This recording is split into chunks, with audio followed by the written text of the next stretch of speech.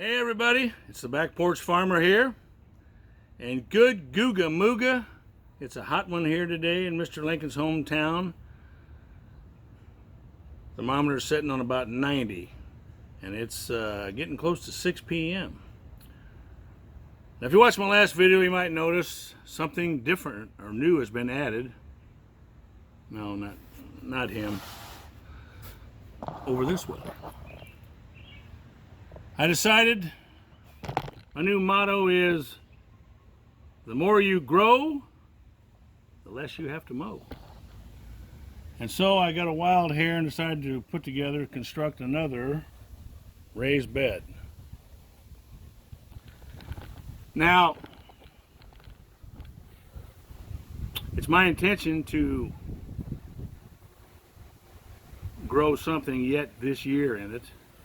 Some fall crops or late summer or whatever. And so, how to fill it? It's an 8-foot by 12-foot. And 10 inches deep. Well, roughly 96 square feet, which converts to about 60 cubic feet. And boys and girls, the Back Porch Farmer is not one to go out and spend several $100s at Lowe's or Menards for bagged dirt to fill this up. And so what do we fill it with? What do we put in there to fill it up, Back Porch Farmer? Well, some people call it composting in place, lasagna garden. I call it throw in whatever you got that's compostable, because it will work. So in this particular bed, I started out, you can't see it, I'm already about to level 2, but there's a layer of cardboard down first, which I start, every raised bed that I've put together, I start with a layer of cardboard, sheet mulching, some people call it. It breaks down great, compost-wise, and it's an excellent weed barrier. And I avoid pulling weeds whenever I can. You know, I'm getting to be an old man, you know, and that's why you see a lot of things I grow, like in the straw bales on trellis, so I can pick my green beans and peas right up here instead of getting down on all fours. So I got a layer of cardboard first, and then I started going around and just here in the near neighborhood, and because my neighbors have been diligently working in their yards, trimming and cutting and mulching, you know, their grass clippings, and bagging them all up and setting them out at the curb for the city to come by and pick up. And so they didn't mind at all when I'd stop by and kind of look through some of their bags just to make sure there wasn't a lot of trash and big sticks and stuff. And so I went and got several bags of yard waste from the neighbors and threw it in, including the bags, which also break down and compost very well. Those leaf bags, just rip them up a little bit and put them in. And so it's not quite half full, so I'm probably at needing about 35 cubic feet now. So I've got all these egg cartons, cardboard. I don't have any. I was going to use those. I had an idea earlier in the spring to use them as individual little seed starters. Well, decided I didn't need it for that. I had plenty of other of things to use, other containers and peat pots and so forth. So my intention is I'm going to tear some of these up and spread them in there. This bale of straw is going to go in, which will take up some space, and it meshes well, very well, with grass clippings and the leaves and other yard waste. It's a good source of carbon. And so I'll put that in, wet it down.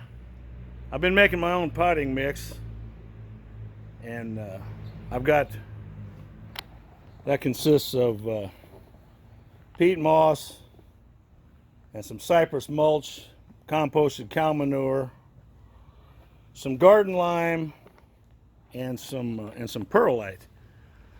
And so I'm going to make up several batches of that and toss it in as well. And then what I've done in the past with my other the raised bed I did last year, and some of these containers that I've got going this year, I do finish it off with a, an inch or two of Stay Green brand garden soil, bagged garden soil from Lowe's, and it works real well. And so I put this together fairly cheaply. I got the lumber from Lowe's. I think I got three 12-foot 2x10s, cut one in half for the ends. I think it was $25 altogether. Everything else I basically have just snagged, from around the neighborhood.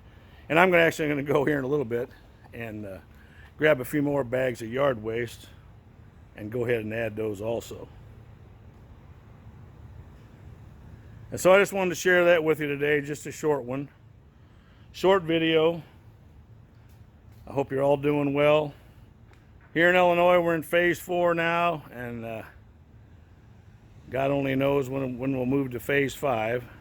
But in the meantime, we've been getting some rain here, and I'll take you around here real quick. There's nothing, you can water your garden 2 or 3 times a day from the hose. Add all the 464 turkey poop and feather fertilizer you want to, and it works fine. But nothing works better than water from heaven. I mean, this stuff I got here, it has probably tripled in size in the last week. I even got my little wildflower beds in full bloom here, or close to it. Black-eyed Susans haven't sprouted out yet, but pretty much, there's nothing like God's watering. Go back here and show you behind the garage here real quick, because there's a whole lot of difference in what my raised beds look like and the straw bales, as you can see. This was all planted after the straw bales were planted. And it's just, I'm now a firm believer in using those worm towers. May sound gross to some folks, if you hate worms, but you don't actually have to touch them. But I mean, man, they get in there, they're working these beds. And between that, the worms and water from heaven, it's all looking pretty good. Now you might say, well, gosh, I've already got tomatoes and I got some zucchini and so forth, yeah, well, you're right. Mine's still behind that, because everything you see growing here, I start from seed, everything. And of course, it was kind of cool and cloudy and dank this past spring, April and May. I had a hard time getting stuff to even germinate inside, so I had to invest in a couple of grow lights. But I'm pleased with the way it all looks now. And it's coming on. Zucchini and squash, cucumbers, tomatoes. The beans are a little sketchy over here. These are Kentucky Blue Wonders, but the birds kind of tore them up. I think I mentioned that before. But they are kind of making a comeback. Beets and radishes and bush beans and sugar snap peas over here, and a few carrots are being shoved out here on the end.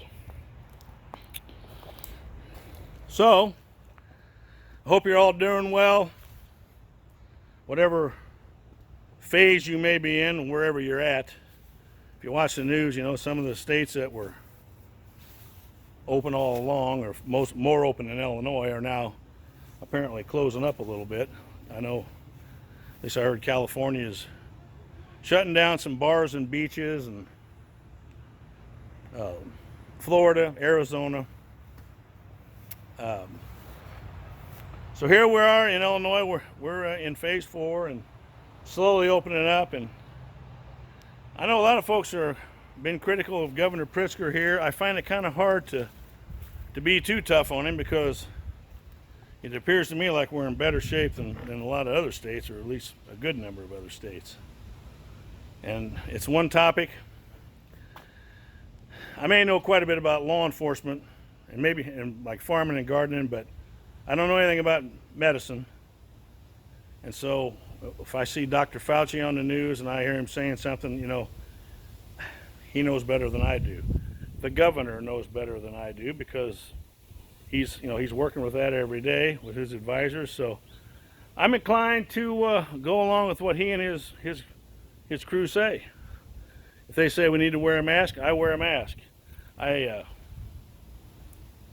don't know that I feel that I need to, but I do it mostly just to keep everybody else feeling secure around me, like when I go to county market or, you know, Lowe's or Menards or wherever. So I'm just as big a rebel as a lot of folks know I've always been. I'm more inclined right now to follow the rules such as they are. And so I would just encourage you all to maybe do the same. Do as you feel. I don't like wearing a mask either, you know. It's cumbersome, uncomfortable. When you're wearing it outside, it makes your face sweat more than you already are. But we wear them at work, you know, while we're in the office. So I'm like everybody else. So, you know, just stay safe, and I hope you and your families are all well. Hope your gardens are looking good, and, you know, leave me some comments. I love to hear from y'all. If you like this video, hit the like button, and if you haven't subscribed already, I'd appreciate you subscribing too, because I'll have more to come along.